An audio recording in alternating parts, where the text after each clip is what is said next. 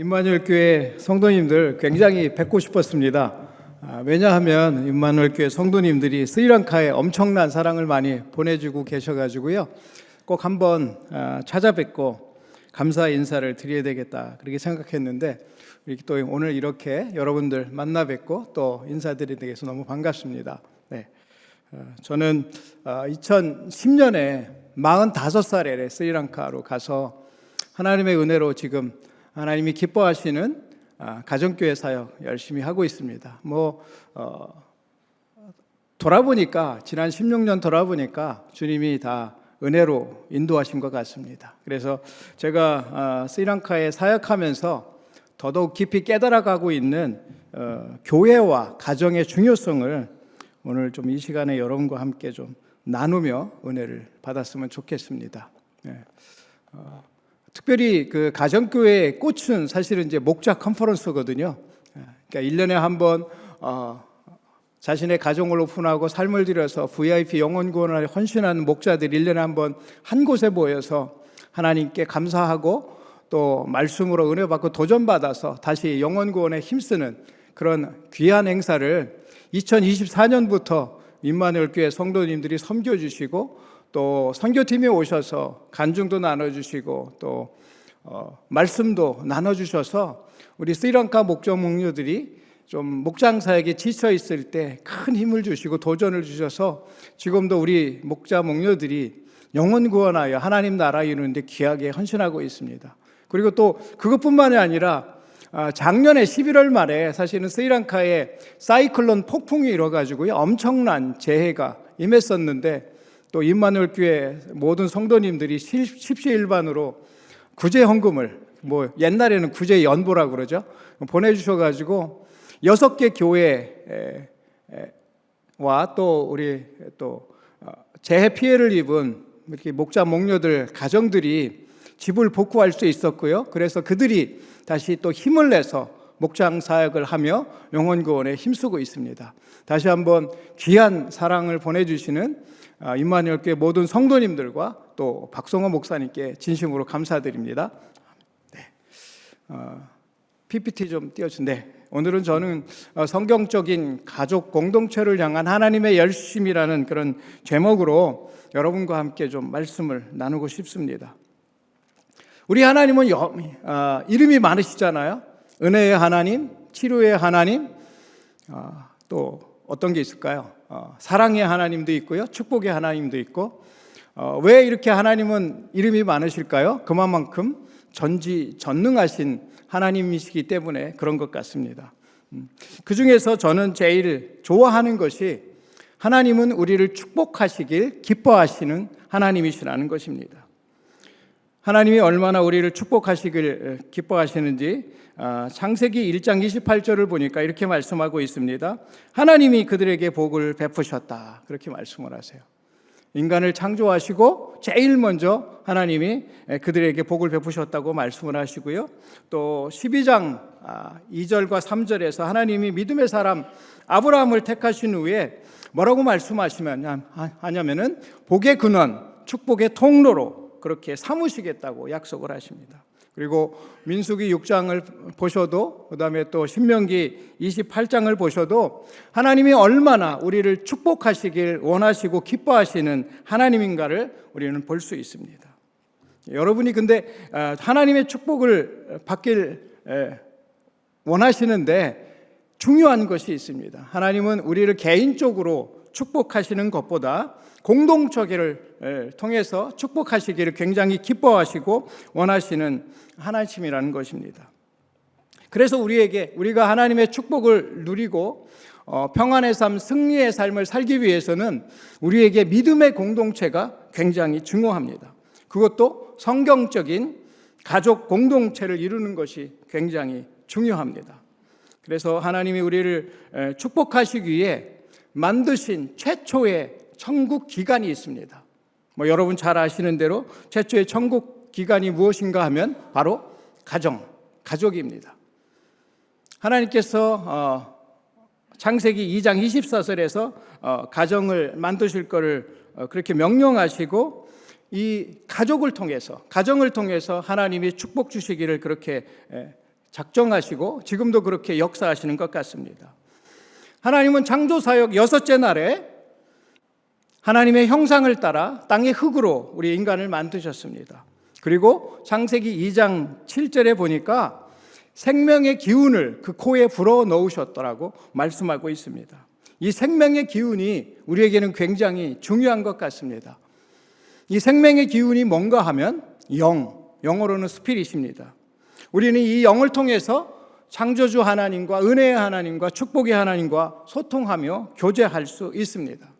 그래서 우리 모든 사람들은 육체가 있고요, 그 다음에 혼이 있고 영이 있습니다. 여기서 말씀하시는 혼은 우리의 지식, 지혜, 감각, 그 다음에 의지, 결단력, 이 모든 부분을 통칭하는 게 혼입니다. 우리는 그래서 데살로니가 전서 5장에서도 사도 바울이 우리에게 영과 혼과 몸이 있다고 그렇게 설명을 하고 있습니다.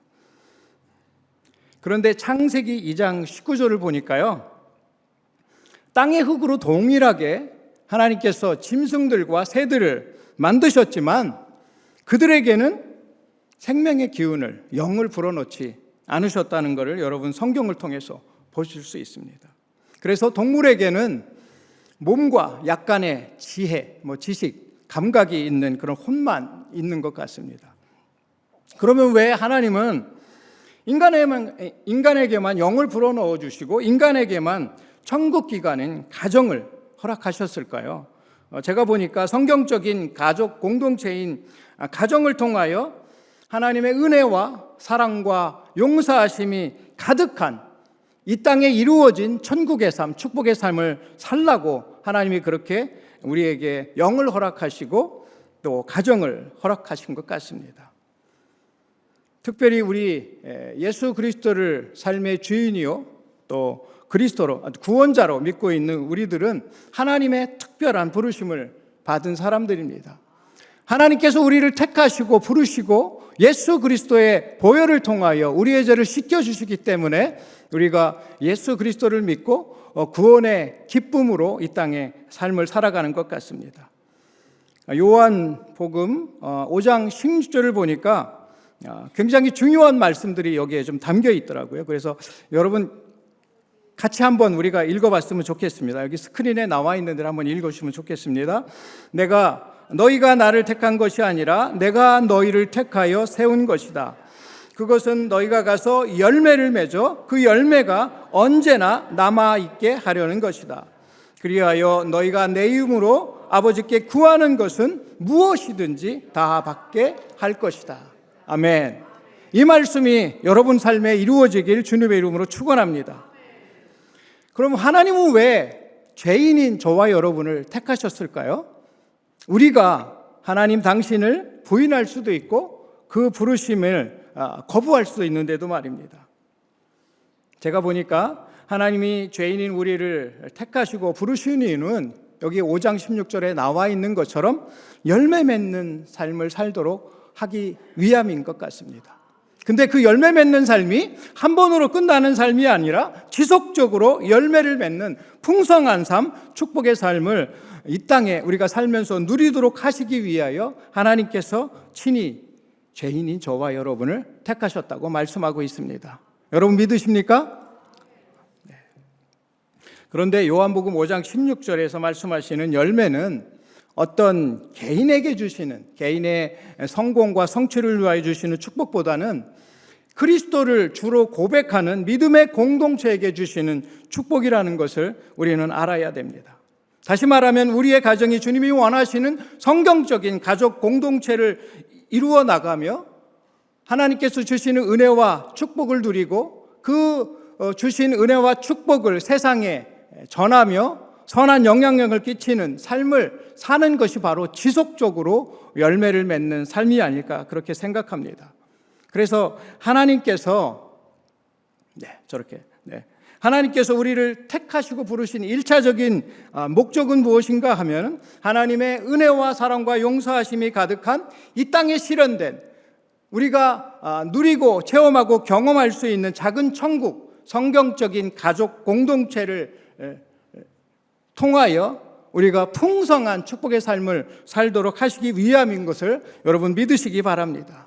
이렇게 우리가 우리의 가정이 성경적인 가족 공동체를 이룰 때 5장 16절 하반절에서 말씀하신 것처럼 예수님의 이름으로 구하는 모든 것을 하나님께서 다 허락하여 주실 것이라고 약속하고 있습니다. 전제 조건이 있습니다. 먼저 우리가 하나님의 나라와 의를 구해야 되고 우리의 삶을 통해서 성경적인 가족 공동체를 이루어야 됩니다. 그렇게 우리가 성경적인 가족 공동체를 이루고 예수님의 이름으로 하나님께 구할 때 우리를 축복하시길 원하시는 하나님은 우리가 구하는 모든 것을 주신다고 요한복음 5장 15장 16절은 말씀하고 있는 것입니다. 그리고 이 사명을 이루며 축복의 삶을 살아가라고 저를 그리고 여기 계신 모든 성도님들을 한 가정의 영적인 리더로 부르신 줄 믿습니다. 여러분 믿으십니까? 아멘. 네. 그러면 성경적인 가족 공동체, 성경적인 가정은 어떤 가정일까요? 제가 생각해 보니까 이런 가정인 것 같습니다. 온 가족 구성원이 하나 되어 예수님의 영이신 성령님의 인도하심 따라서 예수님을 닮아가는 삶, 우리의 일상을 통하여 예수님을 닮아가며 주님의 뜻인 영혼 구원하여 제자 삼는 사명을 이루는 가정이 바로 성경적인 가족 공동체, 성경적인 가정인 것 같습니다. 이런 아름다운 축복의 계획을 가지시고 하나님께서 이 땅에 천국 기관인 가정을 만드셨습니다. 그런데 우리의 죄로 인해서 제일 처음에 아담과 하와가 하나님의 명령에 불순종함으로 성경적인 가족 공동체가 깨어지고 맙니다. 그렇게 성경적인 가족 공동체가 깨어지자마자 어떤 일이 일어나냐면요, 형 가인이 동생 아벨을 시기 질투하여 돌로 쳐 죽이는 끔찍한 죄악이 시작이 됩니다. 그래서 하나님은 의인 노아를 택하십니다.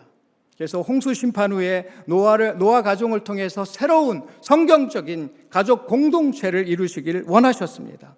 근데 의인인 노아마저도 홍수 사건 이후에 포도주를 마시고 나서 그 가정에 죄악이 들어오면서 성경적인 가족 공동체를 이룰 수가 없었습니다. 그래서 하나님이 열심은 거기서 끝나지 않으십니다. 그래서 믿음의 사람 아브라함을 택하십니다. 그리고 아브라함에게 아들을 주시겠다고 약속을 하십니다. 근데 문제는 아브라함과 사라가 하나님의 약속을 기다리지 못하고 인간적인 선택을 하게 되면서 사라와 하갈 사이에 그리고 이삭과 이스마엘 사이에 갈등이 생기면서 성경적인 가족 공동체를 이룰 수가 없었습니다.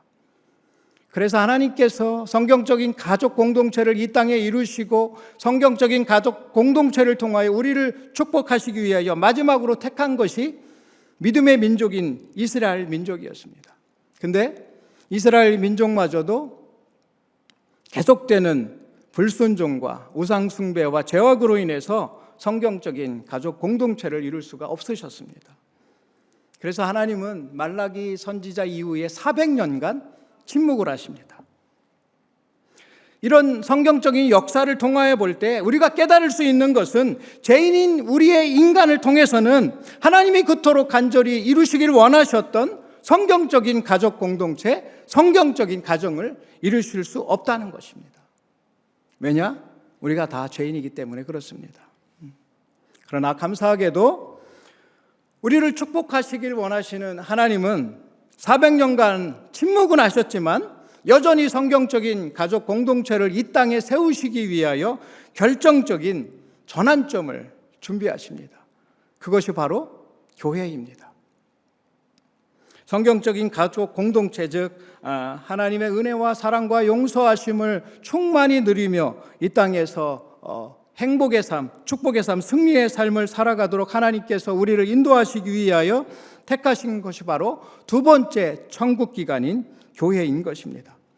마태복음 16장 18절을 보면은 이렇게 말씀하고 계세요. 예수님이 내 교회를 세우겠다. 죽음의 문들이 이기지 못할 것이다. 아멘. 네. 굉장히 중요한 말씀이에요. 여기서 보면 주님께서 뭐라고 말씀하신? 내 교회를 세우겠다라고 말씀하십니다. 주님이 계획하신 계획은 어떤 교회인가 하면은 바로 성경적인 가족 공동체인 것입니다. 예수님께서 사람 중심의, 죄인들이 중심이 되는 가족 공동체가 아니라 우리의 삶의 주인이시오 구원자인 예수님이 머리 되셔서 친히 통치하시는, 그리고 하나님께서 그 통치를 통하여 우리에게 주시는 은혜와 사랑과 축복이 충만한 가족 공동체를 세우시겠다고 예수님이 말씀하시고 계십니다. 그리고 두 번째로는 죽음의 문들이 이기지 못할 것이다라고 말씀하시는데요. 이 말씀은 사망 권세를 가진 사단이 비록 죄인들 중심의 교회와 가정은 깨트리고 무너뜨릴 수 있지만 예수 그리스도를 머리로 하는 성경적인 가족 공동체인, 죄와 믿음의 공동체인 교회 가정들은 넘어뜨리지 못하고 무너뜨리지 못한다는 그런 승리의 말씀입니다. 여기서 한 가지 궁금증이 여러분 들 수도 있을 것 같습니다. 그러면 주님께서 어떻게, 무엇을 통해서 죽음의 문들이 믿음의 공동체인 교회를 해하지 못하도록 하실 거라는 의문입니다. 믿음의 공동체인 교회가 사탄과의 영적 전투에서 승리하고 하나님께서 그렇게 이루시길 원하셨던 성경적인 가족 공동체를 이루어갈 수 있도록 하나님이 택하신 유일한 길이 있는데요.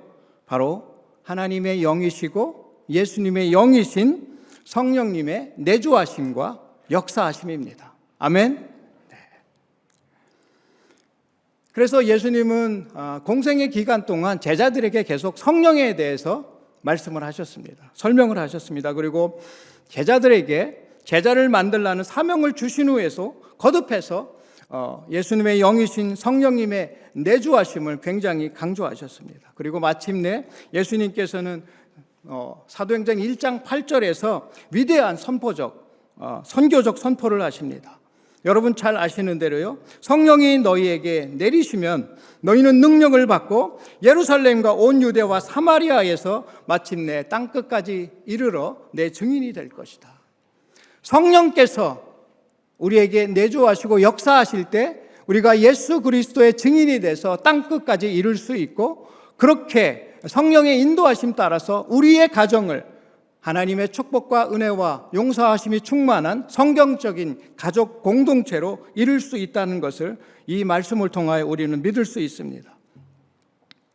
그러면 여러분, 예수님은 왜 성령님의 임재하심을 그렇게 강조하셨을까요?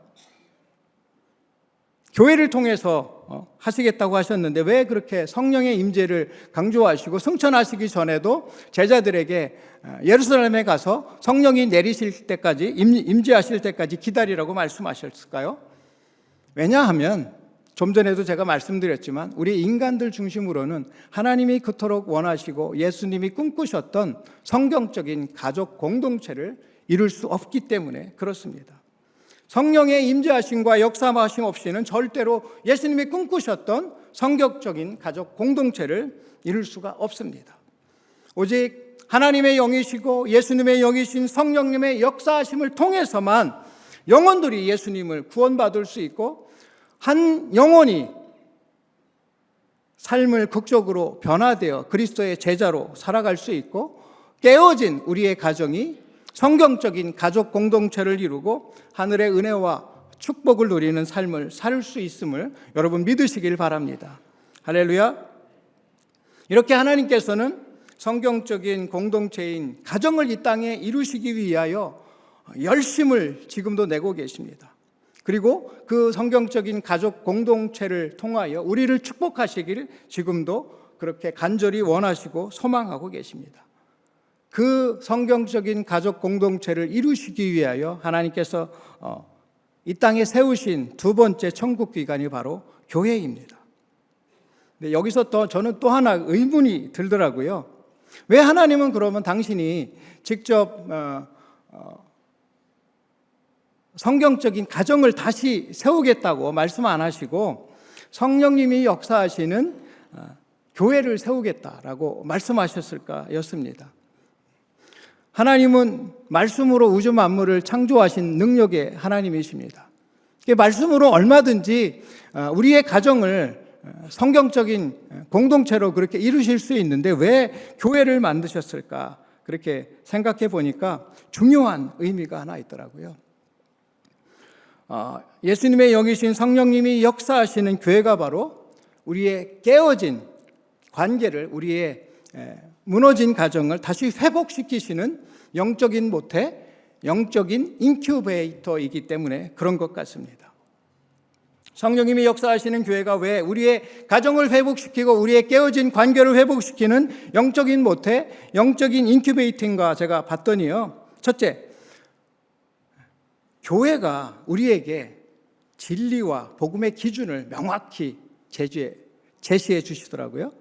세상은 우리의 관계를 깨트리기 위하여 또 우리의 가정들을 깨트리기 위하여 끊임없이 유혹하고 미혹합니다. 돈이 세상의 최고다. 명예가 세상의 최고다. 맛있고 좋은 집에서 웃기고 즐기며 그렇게 사는 것이 진정한 축복의 삶이라고 세상은 그렇게 우리에게 설명하고 우리를 계속 미혹하고 있습니다. 하지만 성령님이 역사하시는 믿음의 공동체인 교회는 마태복음 6장 33절 우리가 너무나 잘 아는 말씀, 하나님의 나라와 의를 우리가 먼저 구하면 하나님께서 우리에게 모든 필요한 것들을 다 주시겠다고 말씀하시는 그 말씀 우리가 기억하시잖아요. 마태복음 6장 33절 말씀대로 먼저 하나님의 나라와 의를 구할 때 그것이 바로 진정한 하늘의 축복을, 하늘의 은혜를 누리며 사는 삶이라고 그렇게 교회는 우리에게 가르치고 있습니다. 아멘. 네. 둘째로 예수님의 영이신 성령님이 역사하시는 교회는 우리의 깨어진 관계, 우리의 깨어진 가정을 회복시키는 은혜를 제공합니다.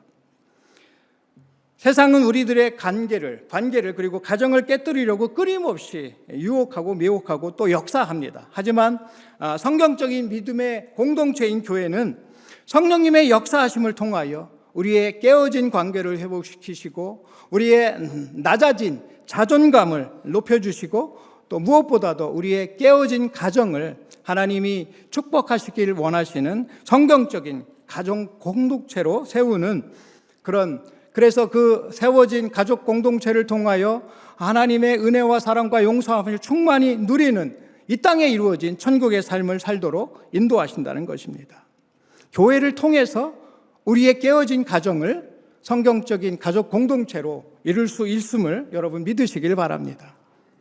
세 번째로 성령님이 역사하시는 교회는 회복된 우리의 가정이 그렇게 교회를 통하여 우리의 회복된 가족 공동체가 또 다른 이웃을 섬기도록 그리고 또 믿음의 공동체인 교회가 더 든든하게 말씀 위에 서서 하나님의 나라를 이루어가며 선한 영향력을 세상에 끼치도록 돕고 또 헌신할 수 있는 축복의 통로를 제공한다는 것입니다. 이것이 바로 성경적인 축복의 선순환입니다. 교회를 통하여 우리의 가정이 회복되고 그 회복된 우리의 가정이 다시 교회를 섬기고 교회에 충성하며 교회가 세상에 빛과 소금의 역할을 감당하도록 그렇게 아름다운 사역을 하는 것이 바로 제가 느끼는 성경적인 축복의 선순환이 아닐까 그렇게 생각합니다.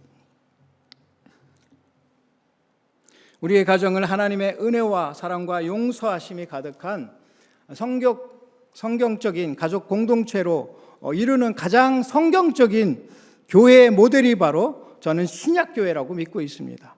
가정교회라고 믿고 있습니다. 스리랑카에 제가 2016년에 처음으로 가정교회를 시작했는데요. 가정교회를 저희가 시작한 이유가 뭐냐면은 제가 스리랑카에 간지 1년 반밖에 안 됐을 때 한 교회에 담임을 맡게 됐습니다. 그 교회는 제가 부임할 당시 98년 전에 영국 선교사님이 오셔서 개척한 교회였습니다. 근데 그 교회가 3년간 문을 닫고 예배를 드리지 못하는 상황에 있었습니다. 그 이유가 뭔가 하면요, 깨어진 가정 때문에 그렇습니다. 목회자 가정이 목사님의 일탈로 인하여 가정이 깨어지면서 성도들이 너무 실망하고 좌절해서 교회를 다 떠나가면서 예배를 드릴 수가 없었습니다. 그래서 그 교회에서 저희들이 2년 반 정도 사역을 하면서 열심히 전도했고 기도도 많이 했습니다. 근데 열심히 그렇게 사역하고 2년쯤 돼서 교회를 돌아보니까 교회가 이상한 방향으로 흘러가고 있더라고요. 성도들의 삶이 변하지 않습니다. 사실은 교회에 와서 예배를 드리면서 성도들이 하나님의 은혜를 경험하고 하나님의 임재하심을 경험하고 세상에 나가서 영적인 선한 영향력을 끼쳐야 되는데 성도들이 교회를 하나의 사교 클럽처럼 생각하고요. 저희들이 열심히 전도해서 새신자들이 데려오면은 새신자들이 정착을 못하고 떠나가는 것이요. 나중에 알고 봤더니 기존의 교회 성도들이 그들을 받아들이지 않고 배척하는 그런 모습을 보게 되면서 제가 교회를 떠나가게 됐습니다. 그리고 저는 지금 스리랑카 침례 교단하고 협력 사역을 있고요. 협력 사역을 하고 있고 제가 종교 비자를 받고 있는데요. 교단 내 목회자들과 교제하고 또 목회에 대해서 같이 얘기하면서 목사님들이 영혼을 향한 사랑이 하나도 없어요. 열정이 하나도 없어요. 그리고 신학교에서 어떻게 배웠는지 기도한데 성호를 긋는 놀라운 충격적인 광경을 목격하게 됩니다. 이것이 바로 스리랑카 교회의 현실이라는 것을 제가 보게 됐고, 이 교회들을 어떻게 하면 하나님이 그렇게 꿈꾸셨던 믿음의 공동체를 이루고 그 믿음의 공동체를 통하여 가정들을 성경적인 가족 공동체로 회복시킬 수 있을까 고민하다가 제가 가정교회를 시작했습니다. 근데요, 진짜 하나님의 놀라우신 역사하심입니다. 목장 모임을 통해서 영혼들이 변화되기 시작합니다. 잃었던 주님을 향한, 영혼을 향한 열정과 그 사랑의 마음을 회복하기 시작하더라고요. 그래서 제가 이 시간 스리랑카에서 아주 아름답게 목장 사역을 하고 있는 마리아다스, 여기 저기 사진 보시면은 마리아다스 목자 목료의 간증을 잠깐 마치고 제가 설교를 마치려 합니다. 마리아다스 목자의 아내인 샤르밀라 목녀는 자폐증을 앓고 있습니다. 뭐 이게 영어로는 오티즘 스펙트럼이라고 그렇게 하더라고요. 제가 발음이 어떤지 모르겠습니다. 자폐증을 갖고 있어요. 근데 연애하고 결혼할 때는 전혀 그런 증상이 나타나지 않았어요. 근데 이 가정에 아들이 하나 태어나면서 샤르밀라 목녀가 산후 우울증을 겪게 되고 그래서 주기적으로 자폐 증상이 일어나기 시작합니다. 마리아다스 그 형제는 사실은 사랑하는 사람과 만나서 자녀를 낳고 진짜 하나님이 기뻐하신, 그때는 뭐 이 친구들이 하나님을 믿지 않았는데 행복한 가정을 이루려는 소망을 가지고 결혼했는데 애가 낳고 보니까 아내가 자폐증 증상을 보이는 거예요. 그러니까 마리아다스 형제가 절망을 합니다. 그리고 자신이 속아서 결혼했다고 생각을 하고요, 아내를 미워하기 시작합니다. 그리고 결국에는 이혼해야 되겠다 결단을 내립니다. 그가 이혼하겠다 결단을 내리고 이혼을 하기 위해서 이제 여러 가지 서류를 준비하는 과정에 그들 집 가까이에 크리스찬 가정이 이사를 오고요, 그 가정에서 목장 모임이 시작이 됩니다. 그리고 그 목자 목녀가 이 마리아다스 형제를 목장 모임에 초대하게 되면서 마리아다스 형제가 변화되기 시작합니다. 마리아다스 형제가 목장에 가서 첫 번째 목장 모임에 참석해서 이렇게 자기는 뭐 이제 힌두교를 믿고 있었는데 뭐 찬양하고 그런 것을 보면서 이상하다 생각을 했는데 더욱더 이상하게 느낀 것이 뭐냐면은 삼나눔 시간이었습니다. 처음 보는 사람들인데 자기의 마음에 있는 상처와 아픔을 삼나눔의 시간을 통하여 나누는 것을 보게 됩니다. 그리고 이 마리아다스 형제가 처음 만난 사람들 앞에서 성령의 인도하심 따라서 자기가 겪고 있는 이혼의 위기에 있는 자기 가정 이야기를 터놓게 됩니다. 그러면서 마리아다스 형제가 첫 번째 목장 모임에서 마음의 평안을 느끼게 됩니다. 그래서 주기적으로 매주 금요일마다 마리아다스 형제가 목장 모임에 참석하고 그 종국에는 그가 예수님을 자신의 구세주로 영접하고 생명의 삶 공부를 통해서 자기가 아직도 아내를 사랑하고 있다는 것을 발견하게 되고, 그리고 자기 자신의 가정을 향하신 하나님의 뜻을 발견하게 됩니다. 그래서 마리아다스 형제가 마음을 고쳐먹고 아내를 설득해서 목장 모임을 시작하게 됩니다. 근데 희한하게 목장 모임 금요일마다 이 샤르밀라 목녀가 자폐 증상을 보입니다. 목장 모임을 할 수가 없겠죠. 그런데 마리아다스 형제가 그 상황에서도 믿음으로 인내하고 집안을 청소하고 음식을 장만해서 목장 모임을 한 번도 쉬지 않고 지속적으로 갖게 됩니다. 그리고 목장 모임을 할 때면 방에 들어가서 나오지 않던 샤르밀라 목녀가 점점 회복되어서 목장 모임에 참석하게 되고 자신의 마음을 털어놓게 되면서 샤르밀라 목녀도 회복을 경험하게 됩니다. 그리고 자폐 증상도 현격하게 줄어들게 되고, 그렇게 샤르밀라 목녀가 회복되니까 VIP들이 이 가정에 쏟아져 들어오기 시작합니다. 그래서 아름답게 목장 사역을 하고 있던 어느 날 VIP가 버스를 타고 한 40분 정도 가면은 힌두교인들, 불교도들이 사는 마을이 있는데 거기에 크리스찬 가정이 하나 있다. 그 가정에서 목장 모임을 했으면 좋겠다라는 그런 제안을 하게 되고요. 마리아다스 목자 목녀가 거기 가서 목장 모임을 하겠다고 결정을 하고요. 어떻게 하냐면은 목장 모임을 위해서 음식을 장만하고 도시락을 싸가지고 아들 손을 잡고 버스를 타고 40분 가서 목장 모임을 하고 다시 돌아오는 그런 일들을 1년 반 정도 하게 됩니다. 어느 날은 목장 모임 3나눔이 너무 길어져서 버스가 끊겨서 거의 1시간 반, 2시간 가까이 어린 아들 손을 잡고 밤길을 걸어서 돌아오는 그런 아픔도 어려움도 있었지만, 이들은 쉬지 않고 본인들이 경험한, 본인들이 목장 모임을 통하여 회복된 성경적인 가족 공동체의 그 은혜를 다른 가정들에게 나누기 위하여 헌신하고 수고하기 시작합니다. 그렇게 해서 1년 반 동안 마리아다스 목자 목녀를 통하여 7명의 VIP들이 구원받게 되고요, 3명의 예비 목자들이 세워지는 놀라운 은혜가 임하고 있습니다. 또 더 놀라운 것은 마리아다스 형제가 목자가 그렇게 목장사에게 충성하니 직장에서도 아주 성실하게 일을 했답니다. 일터의 삶이나 교회의 삶이나 동일해야 된다. 그것이 바로 그리스도의 제자로서의 삶이다라고 마리아다스 목자가 그렇게 굳건히 믿고 자기가 목장을 통하여 받은 은혜를 직장 동료들에게 나누기 시작하고 본인이 삶으로 먼저 섬기고 사랑하는 그런 삶을 보이게 됩니다. 그렇게 되니까 교회에서 상사들의 눈에 띄게 되고 드디어 마리아다스 목자에게 승진의 기회가 주어집니다. 인터뷰만 하면은 마리아다스 그 목자가 승진하는 그런 기회가 왔는데, 안타깝게도 그 승진 인터뷰하는 기간이 작년에 목자 컨퍼런스 하는 기간이었습니다. 근데요, 마리아다스 목자가 놀라운 결정을 합니다. 나는 승진 안 하겠다.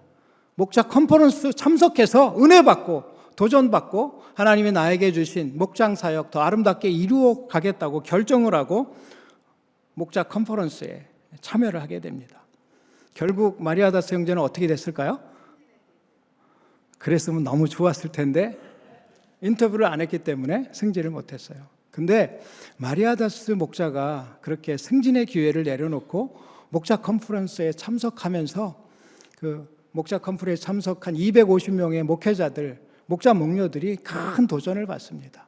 저것이 바로 마태복음 6장 33절 하나님의 나라와 의를 먼저 구하면 하나님께서 모든 것을 허락하시겠다는 그런 삶의 간증을 보여주는, 삶의 모본을 보여주는 그런 은혜가 임하였습니다. 마리아다스 형제가 그렇게 목자 컨퍼런스에서 은혜를 받고 돌아왔을 때 회사에서 어떤 결정을 내리냐면요, 그의 결단을 회사가요, 승진은 안 시켰는데 그의 결단을 너무 높이 사가지고요, 다음에는 2단계 그러니까 한 단계가 아니라 두 단계 다음 승진 기회를 주겠다고 결정을 하게 되는 놀라운 은혜가 좀 임하고 있습니다. 이렇게 불교의 나라 스리랑카에서도 목장 모임을 통하여 영혼들이 회복되고 깨어진 가정들이 회복되는 놀라운 구원의 역사가 임하고 있습니다. 아멘. 우리 임마누엘 교회 성도님들이 불교의 나라 스리랑카를 지속적으로 섬겨주시고 기도하시고 또 동역해 주신 덕분에 스리랑카에 이런 은혜가 임하는 것 같습니다. 그래서 저희들 스리랑카 사역은 이렇게 열심히 하고는 있는데요. 아까 목사님 말씀하신 대로 목회자 세미나 1년에 2번 하고 있고요. 그 다음에 평신도 세미나 2번 하고 있고, 목자 컨퍼런스, 그 다음에 목회라 컨퍼런스 하고 있고요. 또 제가 이제 가장 최근에 이제 열심히 하는 거는 이제 가정교회를 스리랑카 교회들에게 확산시키기 위해서 열심히 지역의 목회자 협회를 찾아다니면서 가정교회를 소개하는 사역들을 하고 있습니다. 그래서 목회자 세미나 하는 사진이고요. 그 다음에 평신도 세미나 하는 사진이고, 목회자 컨퍼런스, 여기를 통해서 이제 우리 목사님들이 가정교회 삶공부를 배우고 있고요. 그 다음에 이제 제가 말씀드리고 싶은 거는 요 목자 컨퍼런스. 우리 이정석, 이소영 목자 목녀님이요. 스리랑카가 제가 이제 한번 AI한테 쳐보니까 산호세하고 스리랑카 콜롬보까지 가는데 9,100마일이더라고요. 거리가 엄청 멀어요. 비행기 타고 가시면은 한 25, 6시간 걸리는 그런 먼 거리입니다. 지구 반대쪽에 있는 나라가 스리랑카더라고요. 근데 이정석, 이소영 두 목자 목녀님이 3년째 스리랑카에 와서, 그리고 또 우리 목사님께서 허락해 주셔가지고 우리 부목사님들과 또 장로님 섬겨주셔서 스리랑카에 와서 간증도 해주시고 또 말씀도 증거해 주시고, 그래서 우리 스리랑카 목자 목녀들이 더 성령 충만해서 은혜 받아서 영혼 구원에 힘쓰라고 그렇게 사역을 동역해 주고 계십니다. 그래서 다시 한번 아름다운 동역을 해주시는 우리 임마누엘 교회 모든 성도님들과 또 귀한 은혜를 또 허락하신 우리 박성호 목사님께 진심으로 감사드립니다. 제가 스리랑카에서 사역을 할 때요, 가정교회 사역을 시작하면서 제 마음이 변했어요. 제가 사역하는 교회의 담임 목사님은 예수님이다. 나는 부목사다. 그런 생각을 하니까 짐이 좀 벗어지는 것 같더라고요. 그러고서 부목사의 역할, 지금 여기 부목사님들 좀 나와 계시고 교회 장로님들도 와 계신 걸로 제가 아는데요. 제가 한번 여쭤보고 싶습니다. 부목사님들의 역할은 무엇일까요? 책무는 무엇일까요? 우리 장로님들의 책무는 무엇일까요? 제가 생각하기에는 담임 목사님의 목회를 성공시키기 위하여 돕고 기도하고 그러는 것이 아마 부목사님들, 장로님들의 그런 책무가 아닐까 그렇게 생각합니다. 골로새서 잠깐 띄워주실래요? 네. 골로새서 이렇게 1장 18절을 보니까 이렇게 말씀하고 있어요. 그분은 교회라는 몸의 머리십니다 라고 말씀을 하세요. 모든 이 땅에 존재하는 교회의 머리는 예수님이십니다. 다시 말하면 모든 교회의 담임 목사님은 예수님이십니다. 아멘. 그러면은 이 교회의 사역자 되시고 장로님 되시는 분들은, 그리고 그분들이 반드시 해야 될 책무가 무엇인가 하면 담임 목사님인 예수님의 목회를 성공시키는 그런 일인 줄 믿습니다. 예수님이 꿈꾸셨던 교회가 바로 성경적인 가족 공동체입니다. 성경적인 가족 공동체를 가장 성경적으로, 그리고 하나님이 원하셨던 그런 공동체로 회복시키는 길이 바로 가정교회임을 믿습니다. 그래서 바라고 원하옵기는 우리 임마누엘 교회가 다시 한번 목장 사역에 힘을 내주셔서 아름다운 성경적인 가족 공동체를 이루시고 하나님의 공급해 주시는 축복과 은혜를 마음껏 누리시고 그 받은 은혜를, 축복을 세상에 펼치시며 세상의 많은 가정들, 깨어진 관계들, 가정들을 회복시키시고 하나님 나라 이루어가는 그런 축복이 이 교회에 임하길 저희들 스리랑카 돌아가서도 열심히 기도하겠습니다. 감사합니다. 네. 선교사님 말씀 감사합니다. 우리 찬양팀 올라와 주시고요. 기도 제목 주셨는데요. 기도 제목 함께 좀 보겠습니다. 5가지 있는데 영어가 좀 많아서 우리 같이 읽어도 될까요? 네, 같이 읽어보겠습니다. 첫째, 오직 하나님의 소원이며 예수님의 꿈인 가정교회를 힘있게 이루어가도록.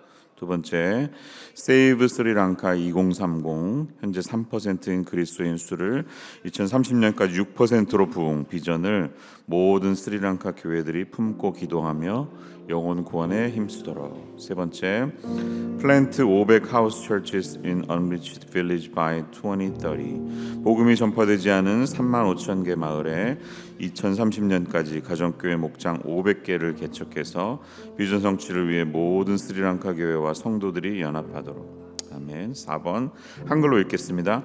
2035년까지 500개의 현지 교회가 가정교회로 연합 비전이 이루어져 소승불교의 본산지 스리랑카의 구원을 이루어가도록. 5번째, 현재 최대 기독교 박해국인 인도의 가정교회를 소개 확산시켜 영혼 구원의 역사를 힘있게 이루어가도록. 아멘. 우리 함께 기도했으면 좋겠습니다. 올해도 우리 8월에 한 10일 정도 단기 선교팀이 갈 예정으로 있는데요. 저도 가려고 기도하는 중입니다. 우리 성도님들, 특별히 목자 목녀들이, 부목자님들이 같이 좀 갔으면 좋겠습니다. 가서 이 가정교회를 보고 또 우리 산호세 지역에 하나님께서 주시는 많은 인스피레이션을 받고 감동을 얻어서 돌아올 수 있는 시간 되기 원합니다. 우리 교회가 오랫동안 인도에 또 우리 소수민족들을 품고 기도하는 가운데 있는데 이 사역들이 연계될 수 있도록 하나님 함께 해주시고 힌두교 불교권에 하나님 영혼을 구원하는 일에 우리 교회를 주께서 삼으셨는데 이 스리랑카에도 우리 선교사님의 사역과 많은 기도 제목들이 이루어질 수 있기를 소망합니다. 그 큰 비전에 저희들이 작은 발걸음을 놓을 수 있는 소박한 꿈들이 우리의 섬김이 하나님의 꿈 되게 하여 주시옵소서. 우리 함께 기도하면서 주여 외치며 함께 기도합시다.